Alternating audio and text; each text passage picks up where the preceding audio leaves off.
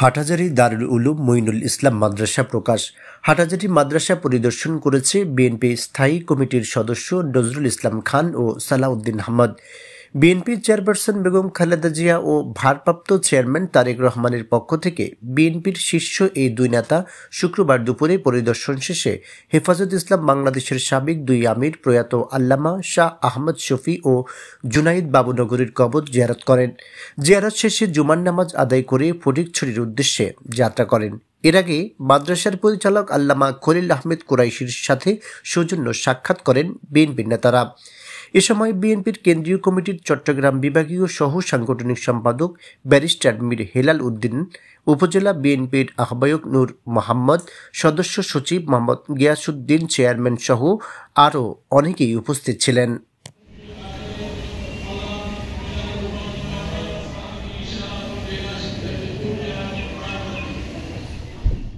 আমরা এই প্রাচীনতম ধর্মীয় শিক্ষা প্রতিষ্ঠান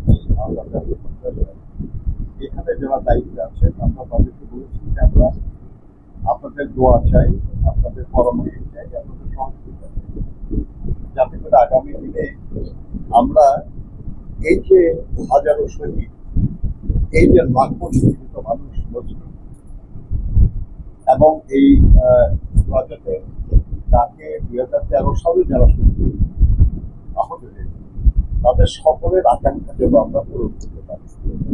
আল্লাহর মেহেরবানি হবে।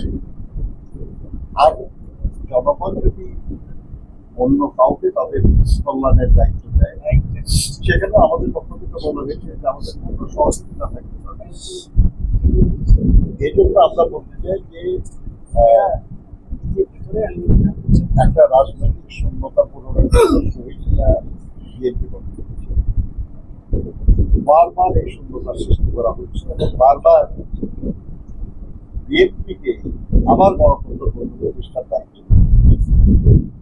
আপনারা জানেন যে বাকশালের পরেও গণতন্ত্র পুনঃপ্রতিষ্ঠা হয়েছে বিএনপির হাতে। এরশাদের স্বৈরাচারী শাসনের পরেও গণতন্ত্র পুনঃপ্রতিষ্ঠা হয়েছে বিএনপির হাতে। এবং এবারও এই গণতন্ত্র প্রতিষ্ঠা লড়াই নেতৃত্ব হচ্ছে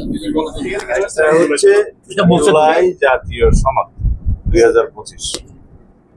জুলাই জাতীয় সনদ 2025-এর একটা খসড়া ড্রাফট জাতীয় ঐকমত্য কমিশন থেকে সব রাজনৈতিক দলের কাছে পাঠানো হয়েছিল, কয়েকদিন আগে আমাদের কাছে দিয়েছে। সেখানে জুলাই সনদ প্রস্তুতির জন্য গঠনের জন্য জাতীয় ঐকমত্য কমিশন গঠনের আগের ইতিহাস এবং ঐতিহাসিক প্রেক্ষাপট, তারপরে রাজনৈতিক দল সময়ের সাথে আলোচনা এবং সুপারিশ সব বিস্তারিত বর্ণনা করে যে সমস্ত সুপারিশগুলো ঐকমত্যের ভিত্তিতে